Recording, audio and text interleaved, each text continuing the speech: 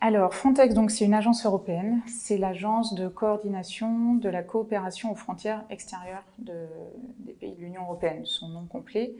Donc, concrètement, c'est l'agence qui va permettre de coordonner les moyens des pays européens dans le cadre de la protection des frontières extérieures. C'est une agence qui a été créée fin 2004 et qui est opérationnelle vraiment depuis 2005. En fait, elle a plusieurs missions. Déjà, elle mène des opérations conjointes aux frontières. Donc, on parle toujours des frontières extérieures de l'Union. Elle va mener des opérations d'interception, que ce soit sur les frontières terrestres ou maritimes. Donc, elle est dotée pour ça de moyens très importants au niveau navire, au niveau avion, au niveau véhicule de toutes sortes. Des moyens d'ailleurs qui sont quasiment des moyens militaires en fait, quand on regarde. Et donc elle intervient sur toutes les frontières de l'Union européenne en fonction du contexte, en fonction d'une analyse de risque qu'elle fait, qu'elle construit pour essayer d'évaluer vers où les flux migratoires se dirigent, bougent, et pour pouvoir intervenir sur les frontières concernées.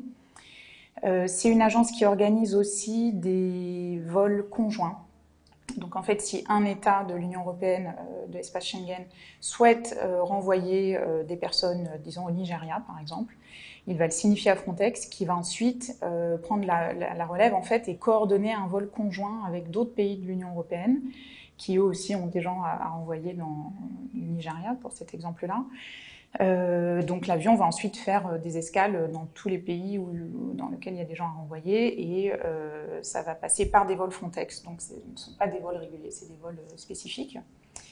C'est aussi une agence qui fait de la formation de gardes-frontières, donc un volet assez important de son action. Elle fait aussi de la recherche pour mettre à profit tous les moyens technologiques modernes en fait, pour le contrôle des frontières. Donc, elle met notamment à disposition de ce travail-là des radars nocturnes, des outils pour détecter, par exemple, les battements cardiaques sur les embarcations en pleine mer, pour pouvoir identifier la présence de personnes, en fait. C'est aussi une agence qui signe des accords avec les pays tiers, donc les pays non membres de l'Union européenne. Pour ça, elle a une personnalité juridique propre, donc ça c'est vraiment une spécificité de l'agence qui est de plus en plus autonome en fait. C'était pas forcément le cas au départ, et puis plus ça va, et son mandat a été révisé aussi en 2011. Donc plus c'est une agence qui est autonome en termes de moyens et qui aujourd'hui peut signer des accords directement avec des États. Donc Frontex va signer un accord avec le Nigeria par exemple pour pouvoir renvoyer des personnes au Nigeria. Frontex en chiffres, c'est une agence dont le budget a vraiment explosé. La première année de fonctionnement opérationnel, donc 2005, elle était dotée de 6 millions d'euros de budget. Ça a augmenté de manière vraiment exponentielle. L'année dernière, il y a eu un budget de 94 millions d'euros, donc 10 ans après, à peu près. À chaque fois qu'il y a une crise, le budget de Frontex est augmenté. Donc c'était le cas après la révolution en Tunisie et des arrivées assez importantes de Tunisiens, donc sur les côtes italiennes notamment. Le budget de Frontex a été augmenté de plus de 30 millions d'euros pour répondre à la crise. Et de la même façon, suite au naufrage près de Lampedusa en octobre 2013, le budget de Frontex a été augmenté de 8 millions d'euros. Frontex est dotée en fait de moyens propres. Elle est aussi dotée de moyens qui sont mis à disposition par les États. En 2013 en tout cas, elle avait un peu plus de 300 personnes employées par l'agence Frontex. Ensuite, ça va dépendre des opérations et de la mise à disposition des États sur une opération donnée. Nous, on parle du coup de guerre aux migrants, puisque Frontex va déployer des moyens qui sont militaires, en fait, en termes de navires, en termes d'avions, d'utilisation de drones pour surveiller les frontières. Donc, c'est plusieurs dizaines de navires, plusieurs dizaines d'avions. C'est des moyens extrêmement importants qui ne font d'ailleurs que s'accroître. Et puis des moyens aussi très technologiques pour la détection, donc sur les zones de passage, détection nocturne, détection à l'aide de la reconnaissance des battements cardiaques, etc. Sur la question des débats qu'il y a notamment au Parlement européen sur la question de l'assistance à personnes en danger ou pas au cours d'opérations maritimes, c'est effectivement une question très importante. Il faut bien avoir en tête que Frontex n'a pas pour mandat le sauvetage des personnes en difficulté en mer.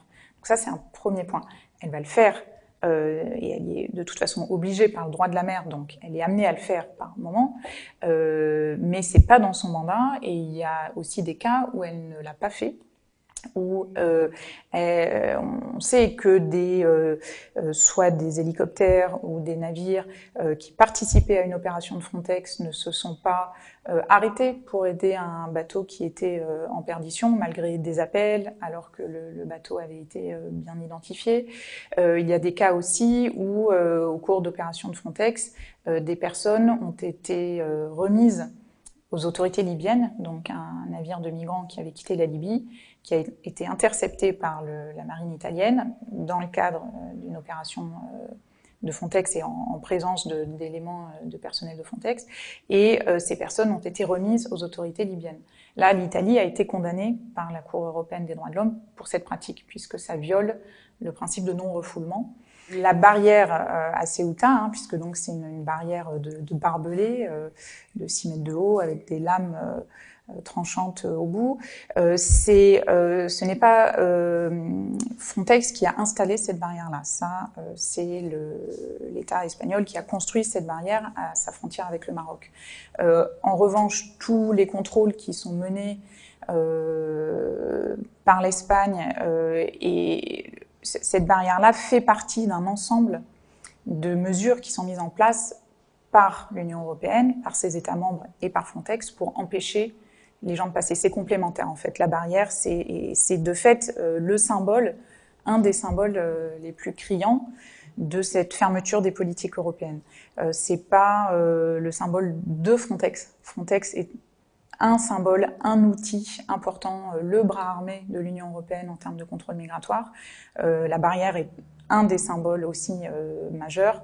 Tout ça, c'est complémentaire d'une politique globale de fermeture et de blocage des migrants le plus loin possible des frontières. Je dirais que si on regarde vraiment de manière quantitative les passages entre le Maroc et l'Espagne à cet endroit-là, de fait, oui. C'est-à-dire que la barrière à Ceuta, elle est quand même extrêmement difficile à franchir. Maintenant, est-ce que la barrière de Ceuta empêche les migrants d'entrer de manière irrégulière sur le territoire européen? La réponse est non, parce que, encore une fois, ceux qui ne passent pas par là vont de toute façon tenter de le faire par une autre voie d'accès. La barrière, c'est vraiment le symbole de l'inhumanité de ces politiques migratoires. C'est une barrière qui est là pour blesser. Elle n'est pas là seulement pour empêcher les gens de passer. Aujourd'hui, il y a des lames tranchantes en haut de la barrière, donc qui créent des blessures absolument terribles pour les personnes qui passent. C'est voilà, le symbole de cette fermeture qui s'accompagne aussi de la fermeture des voies d'accès légales au territoire européen. Donc le problème, c'est qu'à la fois on ferme les voies d'accès légales, les possibilités de visa notamment, donc on va pousser de plus en plus de gens qui, pour des raisons diverses et pour certains, sont obligés de quitter leur pays et de chercher une vie plus vivable en Europe. Ces personnes-là, à qui on ne va pas permettre d'entrer légalement, vont devoir passer par des voies dites illégales.